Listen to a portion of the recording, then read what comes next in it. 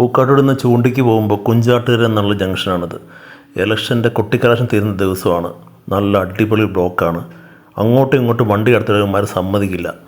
ഈ കുറച്ച് ദൂരമായിട്ട് അവന്മാരുടെ ആഘോഷങ്ങളാണ്. ഇന്ന് ഇലക്ഷൻ്റെ ഇത് തീരുകയാണ്. അപ്പോൾ കലാശക്കൊട്ടെന്നാണ് പറഞ്ഞത്. കലാശക്കൊട്ട് നടുറോട്ടിട്ടാണ് അവന്മാർ കൊട്ടുന്നത്. ഇവന്മാർ വോട്ടാണ് ചോദിക്കുന്നത്. ഇവിടെ കെട്ടിവെക്കുന്ന ജനങ്ങളൊക്കെ ഇവർക്ക് വോട്ട് ചെയ്യണം. അതായത് ഇവർ ഇത്രയും ജനങ്ങളെ തടസ്സപ്പെടുത്തി നിർത്തിയിട്ട് ഇവരുടെ ഡാൻസും കൂപ്പൊക്കെ കാണിച്ച് നമ്മളെ ദ്രോഹിപ്പിച്ചിട്ട് നമ്മൾ ഇവരെ വോട്ട് ചെയ്യാനും പോകണം. വോട്ട് ചെയ്യാൻ പോകണമെങ്കിൽ നിങ്ങൾ ആലോചിക്കുക ഇവർക്കൊക്കെ വോട്ട് ചെയ്യണോ വേണ്ടെന്നുള്ളത്. ഏത് പാർട്ടി ആയാലും നമുക്ക് സഞ്ചാര സ്വാതന്ത്ര്യം എന്നുള്ള സംഭവം ഉണ്ട്. അതുപോലും നോക്കാണ്ട് ഇത്രയും ജനങ്ങളെ ഞാനുൾപ്പെടെ ഇവിടെ നിൽക്കുകയാണ്. എത്രയും വണ്ടികൾ നിൽപ്പുണ്ട്.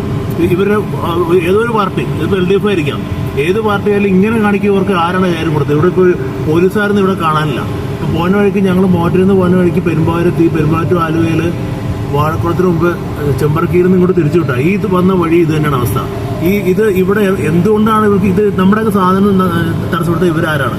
എന്നിട്ട് ഇവർ നമ്മുടെ അടുത്ത് വോട്ടും ചോദിക്കും. തലയിൽ മൂടുള്ളവന്മാർ ആരും ഇവർക്ക് വോട്ട് ചെയ്തത്. ഇവരെന്ന് വെച്ചാൽ ഇങ്ങനെ തടസ്സപ്പെടുന്ന ആർക്കും വോട്ട് ചെയ്യാനേ പാടില്ല. എന്തിനാണ് വോട്ട് ചെയ്യണമെന്ന് ഇവരിപ്പോൾ എന്താണ് നമ്മളെ ഇതിനു മുമ്പ് ഈ ഇലക്ഷന് മുമ്പ് തന്നെ ഇവരെങ്ങനെയാണെങ്കിൽ ഇലക്ഷൻ കഴിഞ്ഞിട്ട് ഇവന്മാരെ ജയിപ്പിച്ചിട്ട് അവൻ എന്തായിരിക്കും അവസ്ഥ നമുക്ക് ഊഹിക്കാവുന്നല്ലേ ഉള്ളൂ. ഈ നാട്ടിലേക്ക് ഇങ്ങനെ നടക്കുകയുള്ളൂ. പുറം രാജ്യങ്ങൾ അല്ലെങ്കിൽ വിവരമുള്ളവന്മാരുടെ നാട്ടിൽ ഈ പരിപാടി നടക്കുന്നില്ല. അതായത് നമ്മുടെ സഞ്ചാര സ്വാതന്ത്ര്യം ഇപ്പം എത്ര പെട്രോളുകൾ എത്തണ്ട, എത്ര ആൾക്കാർക്ക് എന്തൊക്കെ കാര്യങ്ങൾക്ക് വീട്ടിൽ പോകാനുണ്ടാവും. ഇതൊന്നും നോക്കാണ്ട് ഒരു സ്ഥാനാർത്ഥിയുടെ അയക്കട മാത്രം സ്ഥാനാർത്ഥിക്ക് വേണ്ടി നടക്കുന്ന ഒരു കൊട്ടിക്കലാശമായി കാണുന്നത്. ഇങ്ങനെ പല പല കൊട്ടിക്കലാശങ്ങൾ എന്തിനു വേണ്ടിയിട്ടാണ്? നിങ്ങൾ വോട്ട് ചെയ്യണമെന്ന് ആലോചിച്ചിട്ട് വേണം പോകാൻ. ദൂരെ കാണുന്ന കൊടികൾ കിടന്ന് ആടിക്കളിക്കുകയാണ്. അവിടെ കിടന്ന് തുള്ളിക്കൊണ്ടിരിക്കുകയാണ്. BJPയുടെയും കോൺഗ്രസിൻ്റെയും LDFൻ്റെ ഒക്കെ കൊടികളുണ്ട് അവിടെ. അവർക്ക് തോന്നിയവാസമാണ്. വന്നിട്ടിപ്പോൾ ഒരു 20 മിനിറ്റായി. ഇനി ഒരു അരമണിക്കൂറും ഉണ്ട്. 6 മണിയാകുമ്പോൾ ഇവർ കലാശം തീരുള്ളൂ പറഞ്ഞത്. അപ്പോൾ 6 മണി വരെ ഇവിടെയുള്ള എല്ലാം ബ്ലോക്കാണ്. അതുകൊണ്ട് നടുക്കിറങ്ങാനാണ്. പോലീസുകാർ കൂടെ ഉണ്ട്. പോലീസുകാർ പറയുമ്പോൾ അവർ ചീത്ത പറയുന്നതാണ് കേട്ടത്. ഇവിടെ ഇലക്ഷൻ കമ്മീഷൻ്റെ ആൾക്കാരോടൊന്ന് പറയണം. ഇതിൻ്റെയൊക്കെ റിസൾട്ട് എന്താണെന്ന് നമുക്ക് കാണാം. നമ്മുടെ നാടൊന്നും ഇപ്പോഴൊന്നും പുരോഗമിച്ചിട്ടുള്ള എന്ത് തോന്നിയാസം കാണിക്കുക എന്നുള്ള ലെവലത്തിനാണ് ഇപ്പോൾ കിടക്കുന്നത്. അതിൻ്റെ ഒരു ഉദാഹരണമാണ് ഇപ്പോൾ കണ്ടുകൊണ്ടിരിക്കുന്നത്. ഇവിടെ LDFും പിന്നെ കോൺഗ്രസും BJPക്ക് ഉണ്ടെന്ന് എല്ലാ കൊടികൾ കാണാം. എല്ലാവരും കൂടി ഒരുമിച്ചിട്ടാണ് ഇപ്പോൾ ഈ റോഡ് ബ്ലോക്ക് ചെയ്യണം. ഇവിടെ പിന്നെ കുറച്ച് എല്ലാ കവലയിലും കുറച്ച് എന്താ പറയുക, നമ്മുടെ കടലാസ്, ചെറിയ ചെറിയ കടലാസുകൾ അരിഞ്ഞിട്ടിങ്ങനെ വലിച്ചെറിയുന്നുണ്ട്. ഇവരുടെ ആഘോഷ പ്രകടനമാണ്. നമ്മുടെ സ്ഥലമൊക്കെ വൃത്തികേടാക്കാവുന്ന ഒരു ലൈസൻസ് കിട്ടില്ല. എല്ലാം തോന്നിയ പോലെ വലിച്ചെറിയാം, വൃത്തികേടാക്കാം.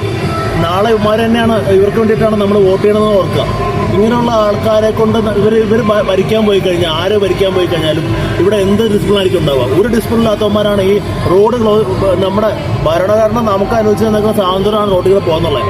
അതുപോലെ പുല്ല് വില കൽപ്പിക്കുന്ന ഇവന്മാർക്ക് ആർക്കും നിങ്ങൾ ആലോചിച്ചിട്ട് വോട്ട് ചെയ്യാമെന്ന് എനിക്ക് പറയാനുള്ളൂ. കാരണം ഈ അവസ്ഥ ഇങ്ങനെയാണെങ്കിൽ നാളെ ഇവന്മാരെ ഭരണത്തിൽ കയറി കഴിഞ്ഞാൽ ഇവന്മാരെ അഴിഞ്ഞാട്ടായിരിക്കുമല്ലോ. തലയിൽ കുറച്ചിങ്ങനെ മൂള നമുക്കുണ്ടെന്ന് നമുക്കിങ്ങനെ വിചാരിക്കണം. എന്നിട്ട് വേണം വോട്ട് ചെയ്യാൻ.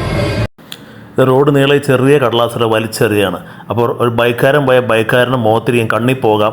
ഇതൊന്നും ഇവർക്ക് പ്രശ്നമല്ല. കുറച്ച് നേരം കഴിഞ്ഞിട്ട് ഒരു അരമണിക്കൂർ കഴിഞ്ഞിട്ടാണ് പോലീസ് വന്നു. എന്നിട്ട് ഞങ്ങൾക്ക് തുറന്നു വിട്ടു. അപ്പോൾ ഈ സമയത്ത് ഒരു ആംബുലൻസ് വന്ന എന്തായിരിക്കും അവസ്ഥ? ആംബുലൻസ് എന്തും വരാമല്ലോ. അവിടെ ഒടുക്കുന്ന ശബ്ദവും. രാഷ്ട്രീയവും സാമൂഹ്യ പ്രവർത്തനമൊക്കെ നല്ലതാ. അത് നല്ല ആളുകൾ ചെയ്യുമ്പോൾ സ്വന്തം അച്ഛനും അമ്മയ്ക്കും ഒരു നേരത്തെ ഭക്ഷണം കൊടുക്കാൻ കഴിവില്ലാത്ത നീയൊക്കെ എങ്ങനെടാ ജനങ്ങളുടെ പട്ടിണി മാറ്റുന്നേ? ഒരു ജോലിയും ചെയ്യാൻ കഴിവില്ലാത്തവൻ ഒരു ദിവസം രാവിലെ ഒരു കൊടിയും പൊക്കി പിടിച്ച് തൊണ്ട കയറി അലറാൻ തുടങ്ങുന്ന നല്ല രാഷ്ട്രീയം. നിന്നെപ്പോലുള്ള യൂസ്ലെസ്സുകളാ രാഷ്ട്രീയത്തിന്റെ മാന്യത കളഞ്ഞത്. മനസ്സിലായോ?